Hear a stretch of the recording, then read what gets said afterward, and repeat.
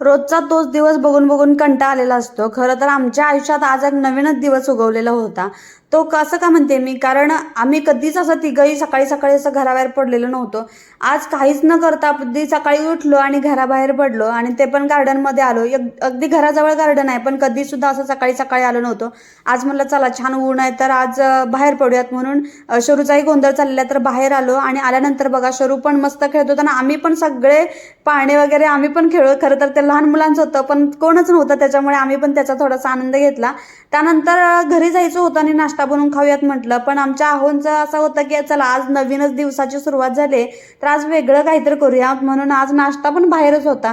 तर पहिल्यांदा डोसा मागवला, त्याच्यानंतर पुरी भाजी मागवली, त्यानंतर असे एक एक आयटम आम्ही मागवतच गेलो आणि नाश्ता करायचा सोडून आम्ही मस्त पोटभर जेवणच केलं. आणि असा होता आमचा एक वेगळा आणि अविस्मरणीय आठवणीतला आमचा दिवस. आणि तुम्ही पण जगा असा एखादा दिवस.